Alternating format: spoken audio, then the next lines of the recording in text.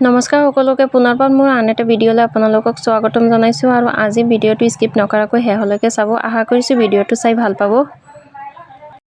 কিছুমান ঐতিহাসিক ঘটনাই কেতিয়াবা আমাক আচম্বিত কৰি তোলে, নহয়নে? কেতিয়াবা মন যায় সংঘটিত হৈ যোৱা ঘটনাবোৰৰ দৃশ্যাংশ চাবলৈ। মন যায় অতীতলৈ গুচি গৈ সেই দৃশ্যবোৰ নিজৰ চকুৰে উপভোগ কৰিবলৈ। কিন্তু সংঘটিত হোৱা দৃশ্যাংশ চাব নোৱাৰিলেও সেই ঘটনাৰ সাক্ষী হিচাপে থকা কিছুমান বস্তু আমি চাব পাৰোঁ। আৰু আজি আমি তেনেকুৱা এখন ঐতিহাসিক প্ৰেমৰ বাবে হোৱা ঘটনাৰ সাক্ষী প্ৰমাণ হিচাপে থকা ঠাইলৈ আহিছোঁ। হয়, আমি বৰ্তমান শোণিতপুৰ জিলাৰ তেজপুৰত ব্ৰহ্মপুত্ৰৰ পাৰত অৱস্থিত উষা আৰু অনিৰুদ্ধৰ প্ৰেমৰ বাবে সংঘটিত হোৱা ঘটনাৰ সাক্ষী প্ৰমাণ হিচাপে থকা অগ্নিগড় চাবলৈ আহিছোঁ।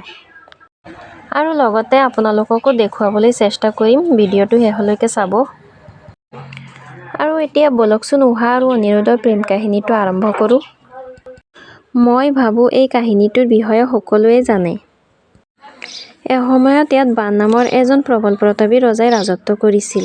তেওঁৰ এগৰাকী অতি সুন্দৰী জীয়েক আছিল, নামটো আছিল উষা। উষাৰ অতি কাষৰ বান্ধৱী এজনী আছিল, নামটো আছিল চিত্ৰলেখা। চিত্ৰলেখা চিত্ৰকলাত পাকৈত হোৱাৰ লগতে মায়াজালতো নিপুণ আছিল। এদিনাখন ৰাতি উষায়ে সপোনত এজন ৰাজকুমাৰক দেখা পালে। আৰু সপোনৰ ৰাজকুমাৰজনক পাবলৈ ব্যাকুল হৈ উঠিল। উষাৰ ব্যাকুলতা দেখি তথা উষাৰ অনুৰোধ মৰ্মে উষাই সপোনত দেখা ৰাজকুমাৰৰ ছবি চিত্ৰলেখাই অংকন কৰিবলৈ ধৰিলে। আৰু ৰাজকুমাৰজনৰ ছবি অংকন কৰা শেষ হোৱাৰ পাছতে চিহ্নিত কৰিব পাৰিলে যে সপোনৰ ৰাজকুমাৰজন আন কোনো নহয়, শ্ৰীকৃষ্ণৰ নাতিনী অনুৰোধহে। অনিৰুদ্ধক পাবলৈ উষাৰ ইমানেই ব্যাকুলতা বাঢ়িল যে চিত্ৰলেখাই উপায় নাপাই অনিৰুদ্ধক সৰলতাৰ মায়াই হৰণ কৰি লৈ আহিল। যিহেতু চিত্ৰলেখাই মায়াৰ যাদু জানিছিলে আৰু সেই মায়াৰ যাদুৰে অনিৰুদ্ধক শুই থকা অৱস্থাতে উঠাই লৈ আহিছিল উষাৰ লগত বিয়া কৰাবলৈ। তাৰ পিছত চিত্ৰলেখাই উষা আৰু অনিৰুদ্ধৰ মাজত বিয়া কৰাই দিলে। এই কথা বান ৰজাৰ কাণত পৰাৰ লগে লগে ৰজাৰ নিৰ্দেশত অনুৰোধক বন্দী কৰি বন্দীশালত প্ৰেৰণ কৰা হ'ল। আৰু যাতে উষাক পুনৰ লগ কৰিব নোৱাৰে তাৰ বাবে এই বিশাল ঘৰটো নিৰ্মাণ কৰা হ'ল উষাক ৰাখিবলৈ। ঘৰটোৰ চাৰিওফালে জুইৰ টুকুৰা সকলো সময়তে জ্বলি আছিল আৰু সেইবাবে এই গড়টোৰ নাম অগ্নিগড় বুলি অভিহিত কৰা হ'ল।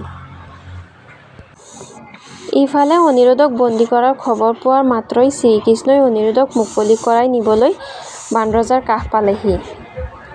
কিন্তু বানৰজাই অনিৰুদ্ধক কোনো পধ্যেই মুকলি কৰোৱাত মান্তি নোহোৱাত বানৰজা আৰু শ্ৰীকৃষ্ণৰ মাজত এক ভয়ানক তয়াময়া ৰণ আৰম্ভ হ'ল। শ্ৰীকৃষ্ণৰ সন্মুখত বানৰজাই দৃষ্টি দিব নোৱাৰি বানৰজা তেওঁৰ আৰাধ্য দেৱতা মহাদেৱক স্মৰণ কৰিলে আৰু তেওঁক ৰক্ষা কৰিবলৈ প্ৰাৰ্থনা কৰিলে। মহাদেৱ তেওঁৰ ভক্তৰ আহ্বান তথা ৰক্ষা হেতু শ্ৰীকৃষ্ণৰ সৈতে যুদ্ধ কৰিবলৈ প্ৰস্তুত হ'ল আৰু দুয়োৰে মাজত এক ভয়ানক তুমুল যুদ্ধ আৰম্ভ হ'ল, যাৰ বাবে সমগ্ৰ বিশ্ব কম্পিত হৈ উঠিল।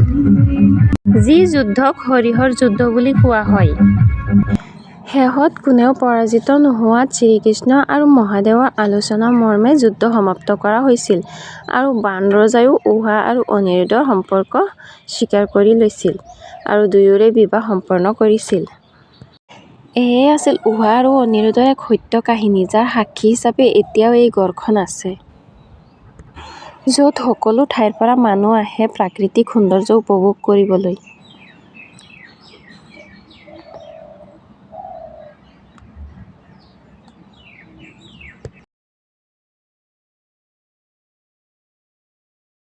এয়া হৈছে উষা আৰু চিত্ৰলেখা। চিত্ৰলেখা অনিৰুদ্ধৰ ছবি আঁকি আছে, মূৰ্তি বনাই থোৱা। আৰু এনেকে শুই থকা অৱস্থাতেই চিত্ৰলেখাই উঠাই লৈ আহিছিলে আৰু দুয়োৰে বিবাহ সম্পন্ন কৰিছিলে ইয়াত। আৰু গম পাই বানৰজাই এনেকে বান্ধি থৈছিলে আৰু এনেকে হৰিহৰ যুদ্ধ হৈছিলে।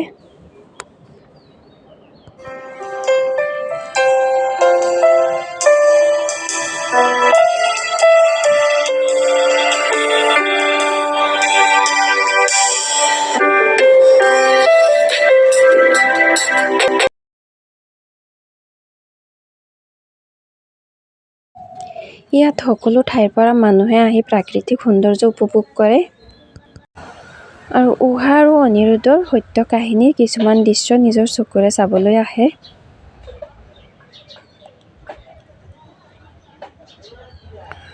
আৰু ইয়াত খোজকাঢ়ি যাবলৈ যাতে সুবিধা হয় তাৰ বাবে খুঁটকুটি নিৰ্মাণ কৰি দিয়া আছে। আৰু কিছুমান খেলনাৰ বস্তু নিৰ্মাণ কৰা আছে যাতে সৰু ল'ৰা-ছোৱালী আহি পেলাই খেলিব পাৰে।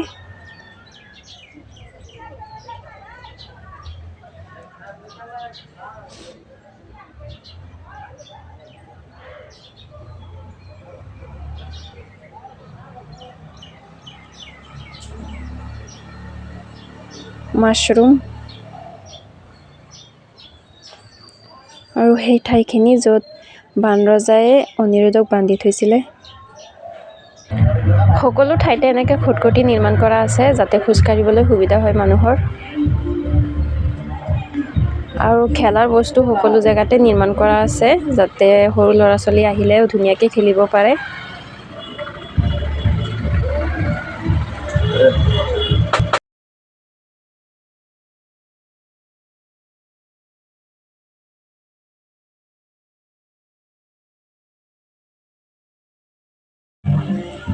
মানুহকেইজনী খোজকাঢ়ি কষ্ট লাগি গৈছে।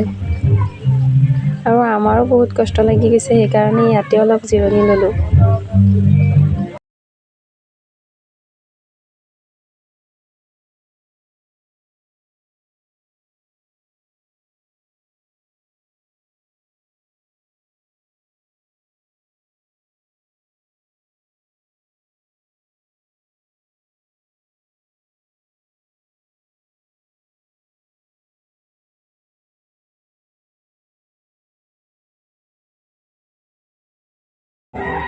বানৰজাই শিৱৰ ভক্ত আছিলে আৰু তাৰে মূৰ্তি বনোৱা আছে ইয়াত। এয়া বানৰজা।